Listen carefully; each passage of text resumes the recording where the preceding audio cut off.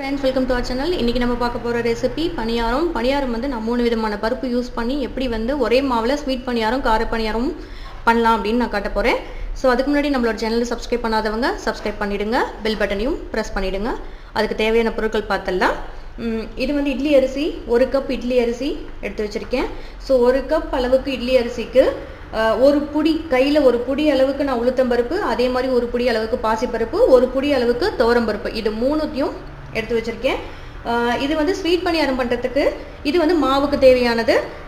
Sweet பணியாரம் பண்ணுறதுக்கு துருவின வெல்லம், துருவின தேங்காய், அப்புறம் ஒரு 3 ஏலக்காய், இது 3 எடுத்து வச்சுருக்கேன். ஸோ இதுலேயே நம்ம காரம் பண்ண போகிறோம். ஸோ அதுக்கு வந்து வெங்காயம் புதுசாக கட் பண்ணி வச்சுருக்கேன், பச்சை மிளகா, இஞ்சி, கருவேப்பிலை, தாளிக்கிறதுக்கு கடுகு, உளுந்தம்பருப்பு, ஜீரகம், இவ்வளோ தான். இது கார பணியாரத்துக்கு, இது ஸ்வீட் பணியாரத்துக்கு. இப்போ நம்ம மாவை எப்படி ரெடி பண்ணலான்னு பார்க்கலாம்.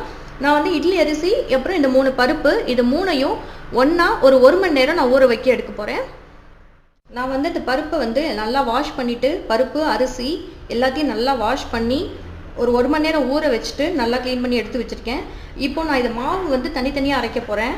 ஏன்னா ஸ்வீட் பணியாரத்துக்கு நம்ம வெல்லம் போட்டு அரைக்கணும். ஸோ அதனால் இதில் வந்து ஹாஃபை வந்து நான் மிக்ஸி பவுலில் சேர்த்துக்கிறேன்.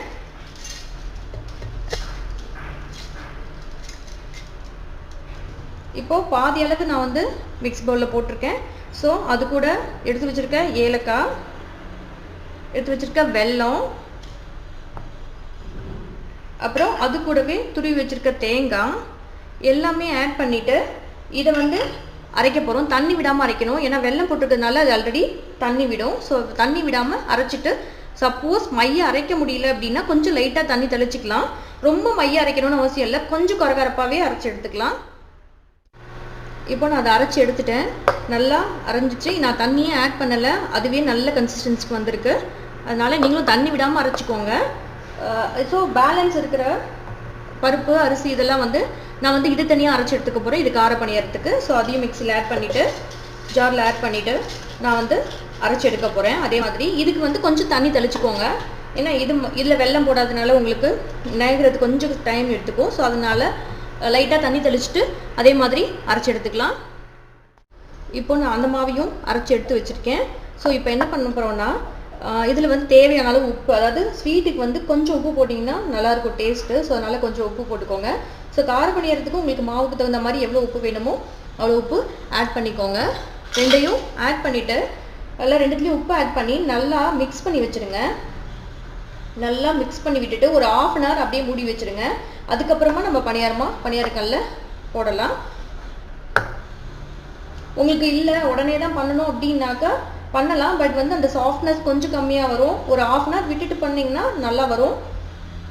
உடனே பண்ணணும் அப்படின்ற பட்சத்தில் நீங்கள் என்ன கொஞ்சம் சோடாப்பு கலந்துட்டு நீங்கள் உடனே கூட பண்ணிக்கலாம். நான் இப்போ இதை வந்து ஒரு 1/2 அன் ஹவர் வந்து மூடி வைக்க போகிறேன். ஸோ 1/2 அன் ஹவர் கழித்து நம்ம வந்து பணியாரம் பண்ணலாம். இப்போ ஒரு 1/2 அன் ஹவர் ஆயிடுச்சு. ஸோ நான் வந்து நம்ம கார பணியாரத்துக்கு தாளித்து கொட்டுறதெல்லாம் நான் வந்து தாளித்து கொட்ட போகிறேன்.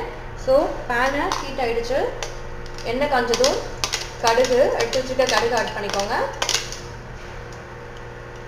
கடுகு வெடிச்சதுமா ஜீரகம், அப்புறம் உளுத்தம்பருப்பு எல்லாம் ஆட் பண்ணிக்கோங்க.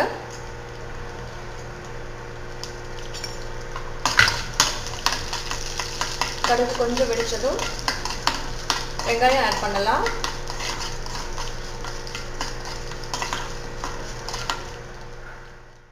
இப்போ எடுத்து வச்சிருக்க வெங்காயம், பச்சை மிளகாய், இஞ்சி, அப்புறம் கருவேப்பிலை எல்லாமே ஆட் பண்ணிக்கோங்க. ஆட் பண்ணி கொஞ்சம் நல்லா வதக்கி விட்டுருங்க. நான் வந்து மாவுக்கு தேவையான அளவு உப்பு போட்டு வச்சுருக்கேன். ஸோ அதனால் இப்போ இந்த வெங்காயத்துக்கு தகுந்த மாதிரி கொஞ்சம் உப்பு ஆட் பண்ணிக்கோங்க.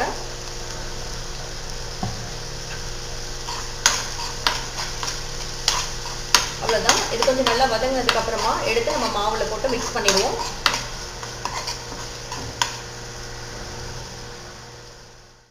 இப்போ வெங்காயம் நல்லா வதங்கிடுச்சு. ஸோ இதை வந்து நம்ம கொஞ்சம் ஆற விட்டுட்டு அப்புறமா மாவோட சேர்த்து மிக்ஸ் பண்ணிக்கலாம்.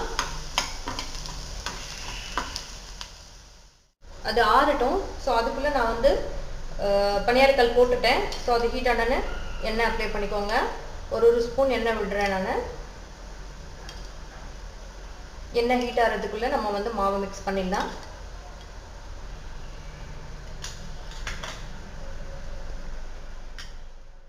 இப்போ நான் மாவில் கொட்டிட்டு அந்த வெங்காயம்லாம் வதக்குனதை ஸோ அதையும் நல்லா கலந்து விட்டுருவோம்.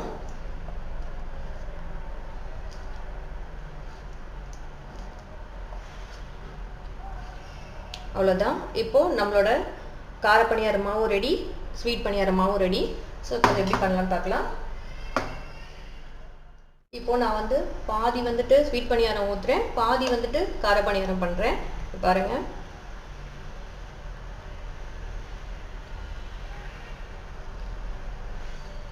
எண்ணெய் ஹீட் ஆயிடுச்சு. ஸோ நான் வந்து இது ஸ்வீட் பணியாரம் மாவு ஊற்றிருக்கேன். ஸோ அதே மாதிரி பேலன்ஸில் வந்து கார பணியாரம் ஆட் பண்ணுறேன். ஃபுல்லாக ஊற்றிடாதீங்க. மாவு ஊற்றும் போது ஒரு முக்கால்வாசி அந்த குழிக்கு முக்கால்வாசி வர அளவுக்கு ஊற்றுங்க. ஏன்னா அது வந்து நல்லா வெந்து வரும்போது நல்லா ஃபுல்லாக வந்துடும். ஸோ நிறைய விட்டுட்டிங்கன்னா அது மேலே வரைக்கும் வந்துடும், ஷேப் வராது அழகாக. ஸோ இதை வந்து மீடியம் ஃப்ளேம்லேயே வச்சுட்டு நல்லா வேக விடலாம். இப்போ ஒரு 5 மினிட்ஸ் ஆயிடுச்சு. நான் அதை திருப்பி போடுறேன். இங்கே பாருங்கள், நல்லா ப்ரௌனிஷாக சூப்பராக வந்திருக்கு.